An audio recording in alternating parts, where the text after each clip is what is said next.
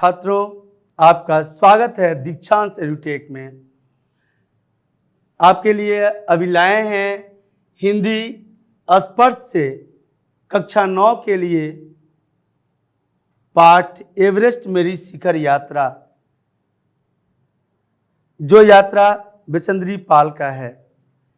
बचेंद्री पाल शिखर यात्रा पर जब गई थी, भारत की प्रथम महिला शिखर विजेता होने का गौरव उन्हें प्राप्त हुआ। जैसा कि आप सभी को पार्ट 1 में मैंने बताया था कि यह पाठ बड़ा है, चूँकि पल पल की जानकारी, पल पल की खबर उन्होंने अपने शिखर यात्रा की दी है और इस वजह से यह पाठ बड़ा हो गया है, बड़ा है पाठ। और बेहतर जानने के लिए भी मैंने इसे 4 पार्ट में किया है। इसमें यह दूसरा पार्ट है। पहले पार्ट को मैं रिकेप कर रहा हूँ, एक बार ध्यान से सुनेंगे आप कि बचेंद्री पाल का जन्म 1954 में हुआ, अर्थात आज़ादी के 7 साल के बाद 1947 में भारत आज़ाद हुआ था। एक आज़ाद भारत में आज़ाद बेटी जन्म ली और इतनी आज़ाद कि भारत की प्रथम महिला बनने का गौरव प्राप्त हुआ उसे, जो शिखर की यात्रा पर विजय प्राप्त की। यात्रा आरंभ होती है। बचेंद्री पाल ने इस पाठ में अपने पल पल की जानकारी को अपने लेखनी से लेखबद्ध किया है। यह जानकारी देती है कि 7 मार्च को दिल्ली से काठमांडू के लिए 7 मार्च 1984 को, अर्थात यह शिखर पर विजय प्राप्त करती है बचेंद्री पाल 24 मई को 1984 को विजय प्राप्त करती है, जबकि इसका जन्म 24 मई को इसका जन्म हुआ है और 23 मई को यह शिखर विजय प्राप्त करती है। शिखर विजय पर यह जब पहुंचती है, शिखर विजय प्राप्त करती है जब, तो उस समय इसकी उम्र, बचेंद्री पाल की उम्र 30 वर्ष की है। यह 30 वर्ष की उम्र में विजय हासिल करती है। सर्वप्रथम जब इस अभियान दल को बनाया गया है तो इस अभियान दल के नेता कर्नल खुल्लर हैं और उपनेता प्रेमचंद हैं।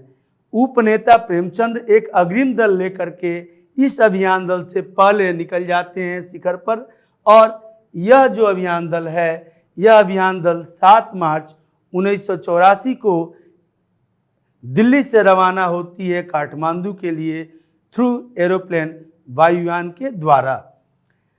जब काठमांडू ये लोग पहुंचते हैं तो काठमांडू में नमचे बाजार पहुंचते हैं। नमचे बाजार वो स्थान है जहां से हिमालय की प्रथम शिखर चोटी, हिमालय की सबसे ऊंची शिखर चोटी बचेंद्री पाल पहली बार देखती है। और पहली बार जब देखती है तो उन्हें वहाँ पर कई तरह की बातों की जानकारियाँ प्राप्त होती है, जैसे कि सर्वप्रथम यह जानकारी प्राप्त होती है कि नमचे बाजार ही वह स्थान है जहाँ से शेरपा कुली मिलते हैं। शेरपा कुली कौन? तो वो जो अभियान दल के अंतर्गत रास्ते की सफाई, रस्सियों को रखना, सीढ़ियों को बनाना, पुल को बनाना इत्यादि कार्य करने में सहायता प्रदान करते हैं, वह नमचे बाजार के आसपास के ही होते हैं। शेरपा कुली स्थानीय ही होते हैं, क्योंकि उनका दिन रात का यही काम होता है। वह पहाड़ों को जानते हैं, वहाँ के मौसम को जानते हैं, मौसम के मिजाज को जानते हैं। दूसरी बात ये पता चलती है वहाँ पर कि जब बचेंद्री पाल देखती है एवरेस्ट की ऊंची चोटी को, तो वहाँ एवरेस्ट की ऊंची चोटी को वहाँ के स्थानीय लोग नेपालियों द्वारा उस चोटी को, सबसे ऊंची चोटी को सागर माथा कहा जाता है और यह नाम बचेंद्री पाल को बेहद पसंद आता है। सागर माथा, जो सागर का माथा हो। तीसरी बात ये पता चलती है कि जब वह बचेंद्री पाल देखती है कि बहुत बड़ा फूल दिखाई दे रहा है, बर्फ का फूल था वो, प्लूम बर्फ का, उसके बारे में उन्हें ये पता चलता है कि जब हवाएं ठंडी हवाएं पहाड़ों के ऊपर 150 किलोमीटर प्रति घंटे की रफ्तार से चलती है या उससे अधिक प्रति घंटे की रफ्तार से चलती है, तब यह प्लूम या यह फूल निर्माणित होता है। यह फूल जब निर्माणित होता है तो यह फूल 10 किलोमीटर या उससे अधिक दूरी में फैला हुआ रहता है। अब जब आगे ये लोग बढ़ते हैं तो पेरिस पहुंचते हैं। 26 मार्च को अभियान दल पेरिस पहुंचता है।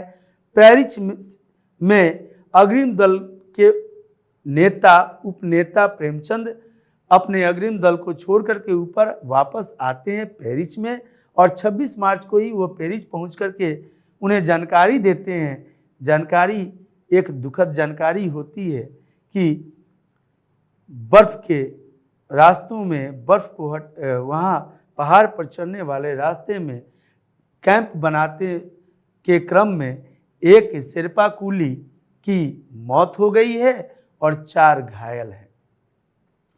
यह दुखद खबर झकझोर देती है, सबके मन को भयभीत कर देती है, रोंगटे खड़े कर देती है, क्योंकि यह शेरपा कुली जो वहाँ के स्थानीय हैं, जो पहाड़ों के बारे में जानने वाले हैं, उनकी मौत हुई है।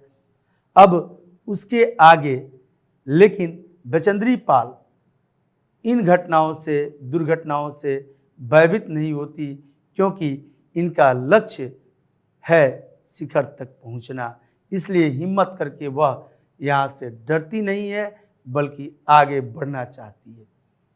अब आगे की घटनाओं को हम इस पाठ में पढ़ेंगे।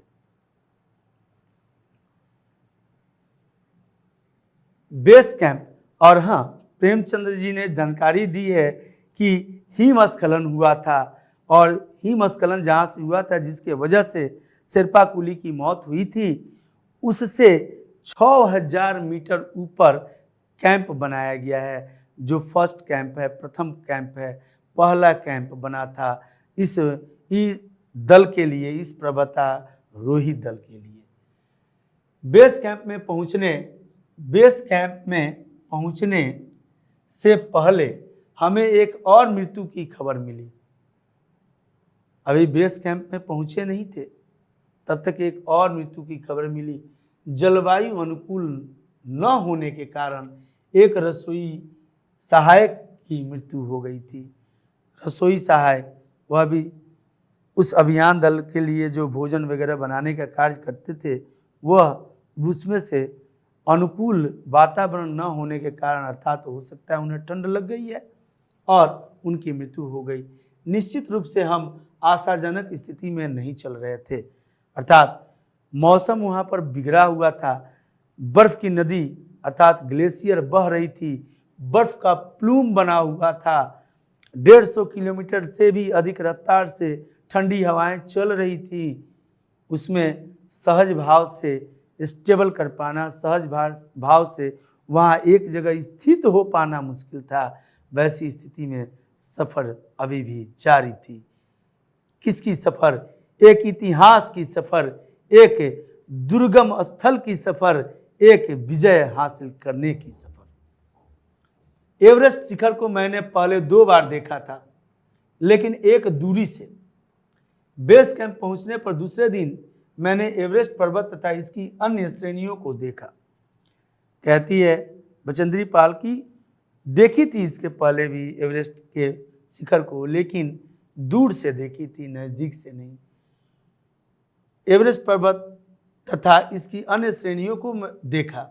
मैं भौचक्की होकर खड़ी रह गई और एवरेस्ट, लोहेत्से और नुत्से की ऊंचाइयों से घिरी बर्फीली टेढ़ी मेढ़ी नदी को निहारती रही। यह स्थान के नाम है एवरेस्ट, लोहेत्से और नुत्से की ऊंचाइयों से घिरी। ये पर्वत हैं एवरेस्ट, लोहेत्से और नुत्से, अर्थात एवरेस्ट पर्वत के आसपास वाले पर्वतों का नाम है लोहेत्से और नुत्से, और इन तीनों के बीच में टेढ़ी मेढ़ी ग्लेशियर बर्फ की नदी बह रही थी। उन नदियों को देख करके वह भौचक्की अर्थात आश्चर्यचकित रह गई कि भला यह किस तरीके से बह रही है। छात्रों, नदियाँ तो नदियाँ हैं, जल तो जल है, पानी रे पानी तेरा रंग कैसा, जिसमें मिला दो उसी के जैसा। और निसंदेह यह पानी रंग रूप से तो सबसे अलग और विलग होता ही है। गुणों के आधार पर ही भी इसे रास्ता किसी को बनाने की आवश्यकता नहीं पड़ती, बल्कि यह अपना रास्ता स्वयं बना लेता है। यह टेढ़ी मेरी नदी को निहारती रह गई। इसमें कोई आश्चर्य की बड़ी बात नहीं थी। हिमपात अपने आप में एक तरह से बर्फ के खंडों को अव्यवस्थित ढंग से गिरना ही था। हिमपात किसको कहते हैं? तो देखिए किस तरह से यह लेखनी से क्रमबद्ध तरीके से लिखी है कि हिमपात, और उसका डिफिनीशन, उसकी परिभाषा भी दे रही है। अपने आप में एक तरह से बर्फ के खंडों का अव्यवस्थित ढंग से गिरना ही था। बर्फ के खंडों का अव्यवस्थित ढंग से गिरना ही हिमपात कहलाता है। जब बर्फ व्यवस्थित ढंग से, माने एक के बाद एक ही जगह एक ही स्थान पर गिरे, तो हिमपात नहीं भी हो सकता है, वो तो डुगर के इधर उधर चल जाएगा। हिमपात यानी हिम का एक ही स्थान पर पड़ना, व्यवस्थित ढंग से जब कहीं से भी गिर रहा है, वहाँ एक के बाद एक ताबड़तोड़, पता नहीं कब कहाँ से कौन सा हिम का एक खंड आके गिरे, वह अव्यवस्थित हुआ और उसे ही हिमपात कहते हैं। हमें बताया गया कि ग्लेशियर के बहाने से अक्सर बर्फ में हलचल हो जाती है। ग्लेशियर के बहने से बर्फ में अक्सर क्या होती है? हलचल हो जाती है। ग्लेशियर कौन? जो बर्फ पिघल जाते हैं। बर्फ कब पिघलते हैं? जी हाँ, 0 डिग्री सेल्सियस जब टेम्परेचर तापमान से अधिक उन्हें मिलेगा तो पिघलने लगेंगे। अर्थात ये कब पिघलते हैं? तो जब हिमपात होता है, गिरते हैं, और जब कोई भी वस्तु किसी वस्तु पर गिरता है तो एक घर्षण स्थापित होता है, एक ऊष्मा उत्पन्न होती है, और उस ऊष्मा से बर्फ पिघलने लगता है, और इतना पिघलता है कि नदियाँ जैसी बहने लगता है। वही ग्लेशियर कहलाता है। यह ग्लेशियर अक्सर ही देखे जाते हैं पहाड़ों में, लेकिन एक जगह नहीं देखे जाते, अलग अलग स्थानों पर देखे जाते हैं, क्योंकि अलग अलग स्थानों पर अलग अलग तरह के तापमान बदलते रहते हैं वहाँ के। और कभी यहाँ बहता हुआ ग्लेशियर जम के बर्फ बन गया तो रास्ता साफ है, कभी यहाँ ग्लेशियर बर्फ पिघल के नदियाँ बहने लगी तो रास्ता बंद हो गया। ऐसी स्थितियाँ उत्पन्न होती रहती हैं, और वो भी घंटे 2 घंटे, दिन 4 दिन नहीं, बल्कि पल पल बदलती है, जिससे बड़ी बड़ी बर्फ की चट्टानें तत्काल गिर जाया करती थी और अन्य कारणों से भी अचानक प्रायः खतरनाक स्थिति धारण कर लेती थी। सीधे धरातल पर दरार पड़ने का विचार और इस दरार का गहरे चौड़े हिमबदर में बदल जाने का मात्र ख्याल ही बहुत डरावना था। डर की तो स्थिति थी ही अभियान दल में अक्सर ही ऐसे घटनाएं हो रही थी कि सिरपा कुली एक मरा था, उसके बाद दूसरे की भी मृत्यु की खबर मिली। अब यहाँ पर बर्फ अव्यवस्थित रूप से जब गिरता है कहीं एक ही जगह तो उसे हिमपात कहते हैं। ऐसी स्थितियों में ऐसी स्थितियां बदल रही थी वहाँ पर, पल पल दर पल की डर का एक माहौल था। इससे इनकार नहीं किया जा सकता है कि भय से आक्रांत हमारे अभियान दल के सदस्यों का मन नहीं था। निसंदेह सबके मन में एक अघोषित भय उत्पन्न था। सीधे इससे भी ज्यादा भयानक इस बात की जानकारी थी कि हमारे संपूर्ण प्रवास के दौरान हिमपात लगभग 1 दर्जन आरोहियों और कुलियों को प्रतिदिन छूता रहेगा। माने ये घोषणा थी कि प्राय 1 दर्जन यानी 12 लोगों को ये हतोत्साहित कर सकता है, मौत के मुंह में लेके जा सकता है।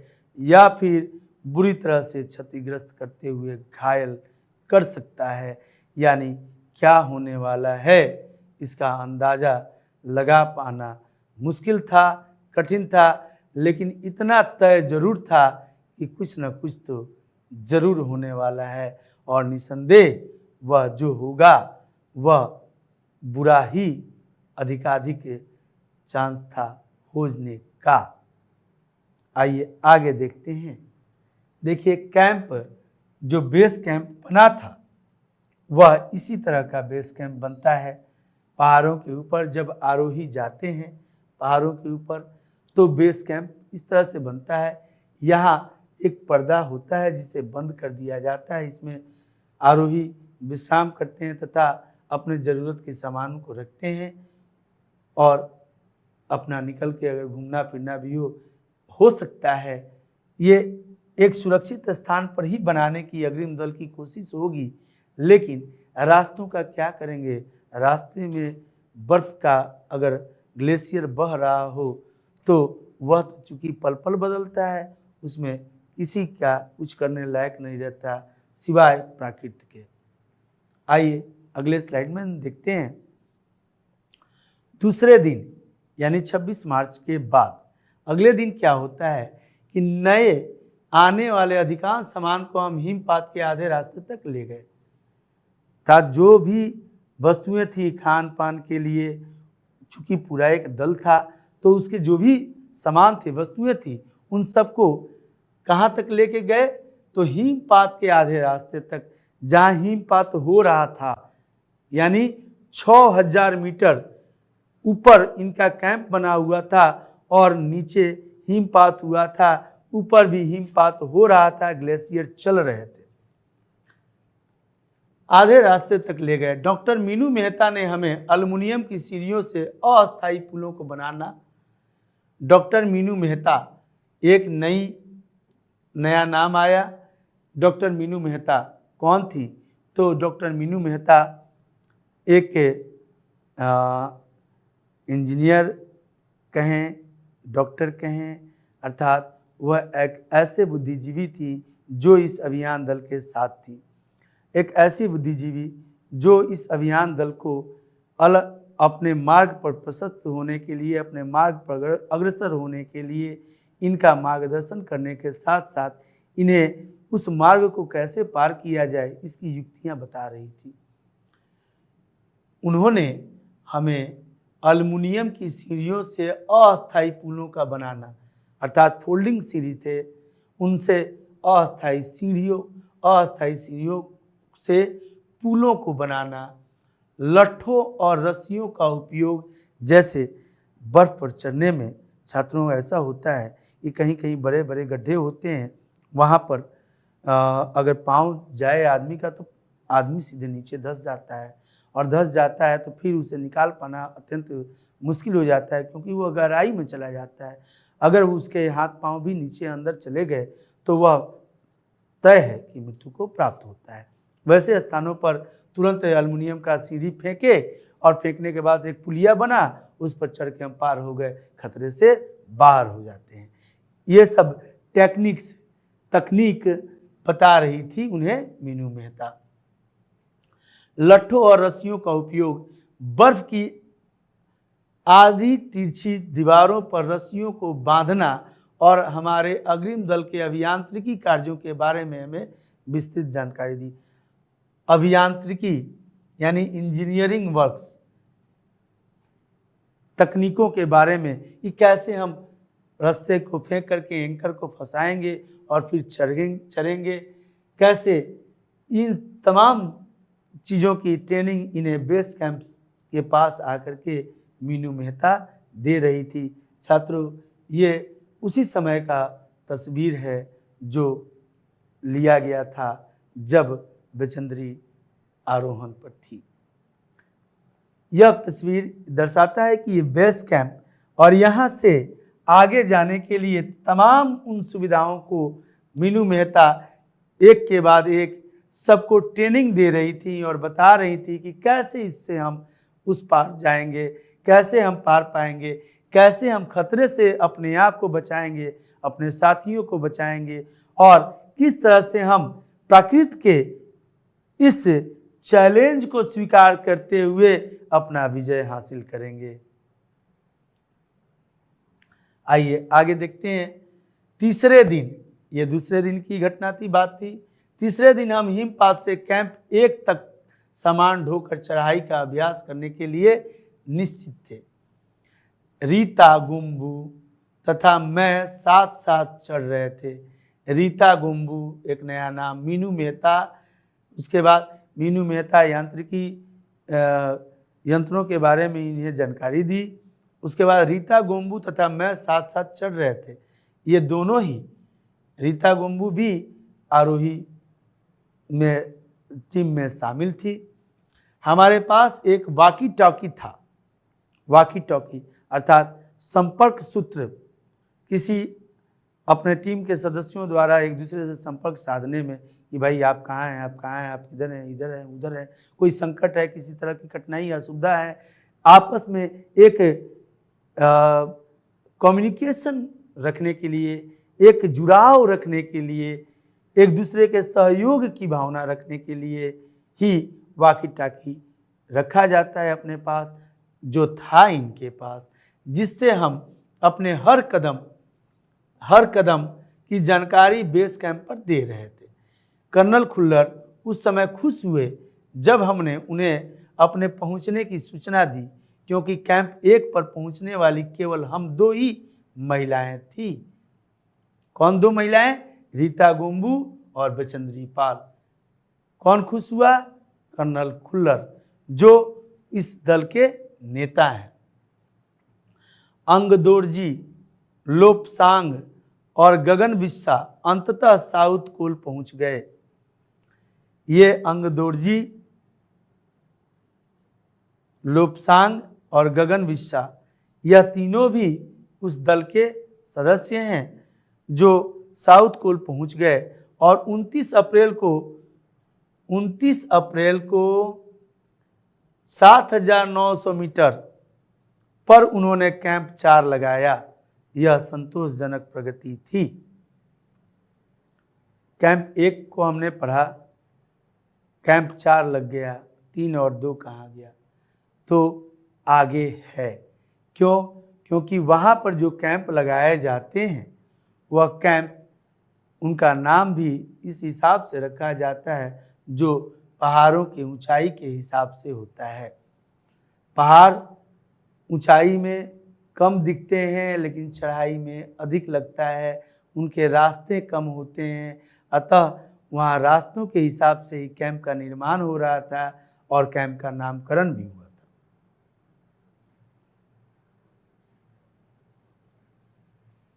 आगे, जब अप्रैल में मैं बेस कैंप में थी, तब अप्रैल में यह बेस कैंप में जब थी तो क्या हुआ था?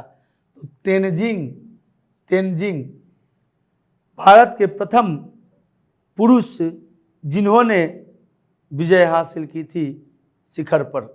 किस शिखर पर? हिमालय के एवरेस्ट शिखर पर। वह इन्हें मिलने आए थे और इनकी स्थितियों का जायजा लेने के लिए आए थे। वह अपनी सबसे छोटी बेटी के साथ वहां पहुंचे थे। कहाँ? Base camp. और वहां पर तेनजिंग ने यह सोचा, उन्होंने इस बात पर विशेष महत्व दिया कि दल के प्रत्येक सदस्य और प्रत्येक शेरपा कुली से बातचीत की जाए। यानी वो जब इनके मार्गदर्शक के रूप में गए जब वहाँ पे, तो उन्होंने ऐसा सोचा, ऐसा मन बनाया कि हमारे जो अभियान दल हैं इसके प्रत्येक सदस्य अभियान दल के और प्रत्येक शेरपा कुली से अलग अलग मिलेंगे, मैं अलग अलग मैं मिलूँगा और उनके सबके विचार अलग अलग सुनूंगा। ठीक है।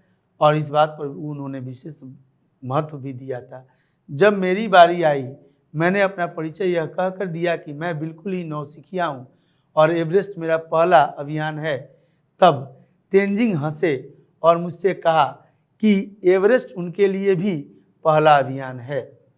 लेकिन यह भी स्पष्ट किया कि शिखर पर पहुंचने से पहले उन्हें 7 बार एवरेस्ट पर जाना पड़ा था। ऐसे ही होते हैं सीनियर। जब बचेंद्री पाल मिलती है उनसे, वो चूंकि अलग अलग मिल रहे थे सभी सदस्यों से, तो जब बचेंद्री पाल की बारी आई, बचेंद्री पाल ने मिली जब तेंजिंग नोरगे से, तो तेंजिंग ने उन्हें कहा, तेंजिंग से कहा बचेंद्री ने कि मैं बिल्कुल नौसिखिया हूँ, मैं पहली बार शिखर अभियान में आई हूँ। उन्होंने कहा हंसते हंसते कि मैं भी पहली बार ही आया हूँ। अर्थात वह शिखर की ऊंचाई पर चढ़ चुके थे, इस बार भी आए थे, तो बोले कि मैं भी पहली बार। उनके कहने का अर्थ यह था कि पहली बार यहाँ की स्थितियाँ ही ऐसी हैं कि प्राय कोई भी आया हो तो पहली बार ही होता है। और बाद में उन्होंने बताया कि इसके पहले मैं 7 बार आया हूँ। अर्थात हर मौका पहला होता है, सफलता का हर मौका पहला ही तो होता है। छात्रों, छात्र के जीवन में हर परीक्षा पहली होती है और हर परीक्षा आम होती है, हर परीक्षा फाइनल होती है। इसमें यह न सोचें कि कोई परीक्षा कम महत्वपूर्ण है, क्योंकि यहाँ तेंजिंग नोरगे जैसे महान व्यक्ति का यही सोचना है कि उनका यह सफ़र भी पहला ही था। तेंजिंग हंसे और उनसे कहा था कि उनका भी पहला ही है। फिर अपना हाथ मेरे कंधे पर रखते हुए उन्होंने कहा, तुम एक पक्की पर्वतीय लड़की लगती हो, तुम्हें तो शिखर पर पहले ही प्रयास में पहुंच जाना चाहिए। और उनका यह कथन था या फिर वरदान या फिर आशीर्वाद जो फलित हुआ बचेंद्री पाल के जीवन में। 15-16 मई 1984 को बुद्ध पूर्णिमा के दिन मैं लोहेत्से की बर्फीली सीधी ढलान पर लगाए गए सुंदर रंगीन नायलॉन के बने तंबू के कैंप 3 में थी। कैंप 4 बना, कैंप 4 में पहुंचे ये लोग, और बेस कैंप जो 4 बना था उस 4 पर में तेंजिंग नोरगे से मुलाकात हुई इनकी। तेंजिंग साहब से मिलने के बाद से इन्हें एक एक्सपीरियंस हुआ, जब उन्होंने भी कहा कि ये मेरा भी पहला ही अभियान है। और उसके बाद उन्होंने उन्हें आशीर्वाद दिया कि तुम पक्की पर्वतीय लड़की लगती हो, तुम्हें तो पहली ही बार में शिखर विजय कर लेना चाहिए। निसंदेह उनका आशीर्वाद फलित भी हुआ। 15-16 मई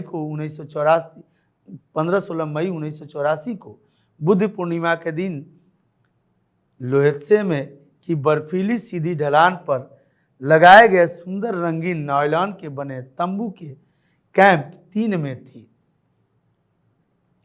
कैंप में 10 और व्यक्ति थे। लेपसांग, अब उनके नाम 10 व्यक्तियों के ध्यान से सुनेंगे और देखेंगे। लेपसांग, तसारिंग मेरे तंबू में थे। जो 10 व्यक्ति थे उनमें से सबके लिए अलग अलग तंबू बनाए गए थे। जो तंबू नायलॉन से बनाए गए थे, चमकदार थे और फिसलन था उस पर, क्योंकि वहाँ पर बर्फ़ हमेशा गिरती रहती थी। प्लास्टिक के अगर अच्छे क्वालिटी के नहीं रहते, नायलॉन के नहीं रहते, तो बर्फ़ से हो सकता था कि कोई कैंप टूट जाए और मृत्यु भी हो सकती थी किसी की। इसलिए अपने अभियान दल की सुरक्षा हेतु वहाँ बेस्ट क्वालिटी के, अच्छे क्वालिटी के कैंप लगाए गए थे। मेरे तंबू में थे। ये लेपसांग और तसारिंग जो थे वह इसके तंबू में थे, इसके बचेंद्री पाल के। मेरे एनडी शेरपा तथा और 8 अन्य शेरपा, शरीर से मजबूत और ऊंचाइयों में रहने वाले शेरपा, अन्य शरीर से मजबूत यानी कि एनडी शेरपा तथा और 8 अन्य, ये एनडी शेरपा जो थे ये शेरपा दल के नेता थे, और 8 अन्य शरीर से मजबूत और ऊंचाइयों में रहने वाले शेरपा दूसरे तंबुओं में थे।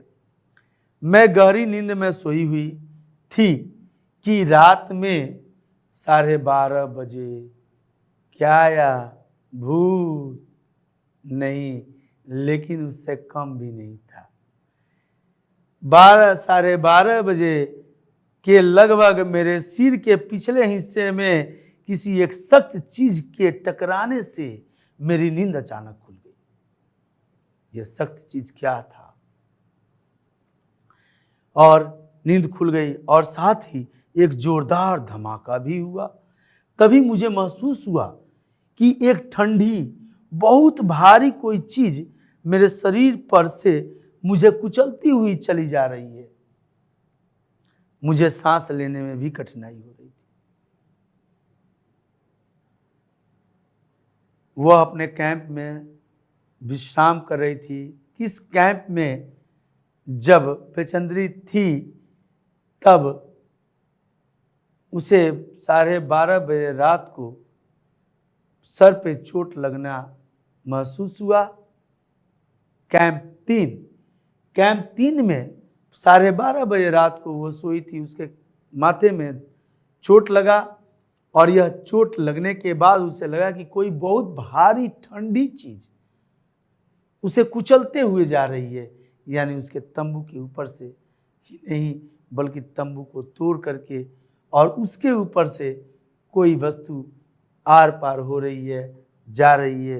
निसंदेह वह क्या हो सकता है? वह बर्फ का गोला है जो किसी पर्वत शिखर से लुढ़क करके और तंबुओं पर से रौंदते हुए जा रहा था। जी हाँ, इसीलिए नायलॉन के टेंट लगाए गए थे। निसंदेह अगर नायलॉन के टेंट नहीं होते तो संभवतः वहाँ पर घायल या फिर उस बर्फ से दबे लोगों को बचा पाना असंभव हो सकता था। आगे यह क्या हो गया था? एक लंबा बर्फ का पिंड माने गोला, पिंड मतलब होता है गोला। एक बर्फ का पिंड हमारे कैंप के ठीक ऊपर लोहे से ग्लेशियर से टूटकर नीचे आ गिरा था और उसका विशाल हिमपुंज बन गया था।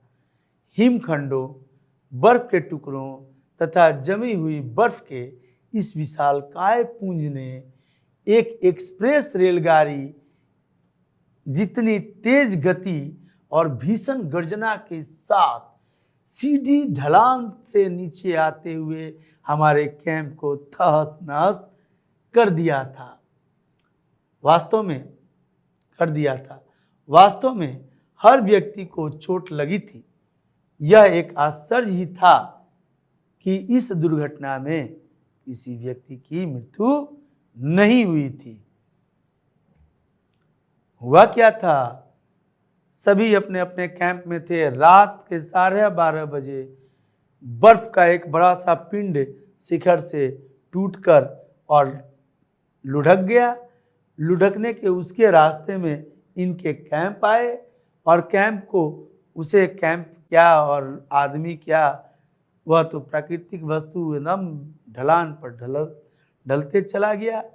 लेकिन उससे इनका कैंप पूरी तरह से क्षतिग्रस्त हो गया था। चूंकि नायलॉन का था इसलिए सबके ऊपर से रौंदते कुचलते हुए चला गया। उन्हें चोटें आई, सबको चोटें आई थी, परंतु कोई मृत्यु को प्राप्त नहीं हुआ। सुबह तक अब देखिए, लोब्सांग अपनी स्विस छुरी की मदद से हमारे तंबू का रास्ता साफ करने में सफल हो गए थे और तुरंत ही अत्यंत तेजी से मुझे बचाने की कोशिश में लग गए। थोड़ी सी भी देर का अर्थ था मृत्यु, यानी सांस नहीं ले पा रही थी, वो दबी हुई थी। अब बर्फ तो चला गया था लेकिन वह अचेत अवस्था में पड़ी हुई थी। अब बड़े बड़े हिमपिंडों को मुश्किल से हटाते हुए उन्होंने मेरे चारों तरफ की करी जमी बर्फ की खुदाई की और मुझे उस बर्फ की कब्र से निकालकर बाहर खींच लेने में सफल हो गए।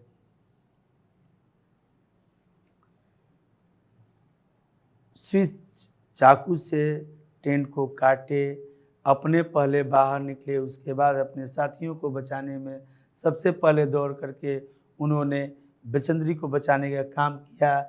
यह काम लोपसांग ने किया था जो उस दल में थे। सुबह तक सारे सुरक्षा दल आ गए थे और 16 मई की प्रातः 8 बजे तक हम प्रायः सभी कैंप 2 पर पहुंच गए थे। जिस शेरपा की टांग की हड्डी टूट गई थी उसे खुद के बनाए स्ट्रक्चर पर लेटाकर नीचे लाया गया। हमारे नेता कर्नल खुल्लर के शब्दों में यह इतनी ऊंचाई पर सुरक्षा कार्य का एक जबरदस्त साहसिक कार्य था। यानी ऊंचाई काफी थी, 7,900 मीटर की ऊंचाई पर ऐसा अगर सुरक्षा प्रदान किया गया था, अर्थात नायलॉन के टेंट बने हुए थे और बर्फ लुढ़क कर इतनी बुरी तरह से लोगों को क्षतिग्रस्त किया था, उसके बाद सबको बचा लिया गया। अगर बचेंद्री को भी बचाने में लिपसांग को अगर थोड़ी सी देर हो जाती तो हो सकता था उनकी मृत्यु हो सकती थी, लेकिन अब उसमें से कुछ शेरपा कुलियों का हाथ पांव टूट गया था। अपनी रक्षा या दूसरों की रक्षा करते समय में वैसी स्थिति में उन्हें अपने ही द्वारा बनाए गए स्ट्रेचर पर लाद करके उन्हें ठीक करने के लिए भेजा गया और इसे वहाँ के नेता कर्नल खुल्लर ने साहसिक कार्य कहा। छात्रों, आशा करते हैं कि दूसरे पार्ट को भी आप बेहतर ढंग से समझे होंगे और इसके आगे हम तीसरे पार्ट को भी लेके आएंगे। अभी तक जो इन ऐतिहासिक घटनाओं को आपने सुना, समझा, परखा, उसमें अगर आप अपने सामने एक कॉपी और एक पेन लेकर बैठे रहते और महत्वपूर्ण बिंदुओं को लिख रहे होते तो संभवतः एक अच्छा नोट्स तैयार हो जाता। कोई बात नहीं, जब जागो तभी सवेरा, कोशिश करने वालों की कभी हार नहीं होती। आप अगली बार से ऐसा ज़रूर करें या फिर इसी वीडियो में कर सकते हैं। तब तक के लिए धन्यवाद। आपका दिन मंगलमय हो।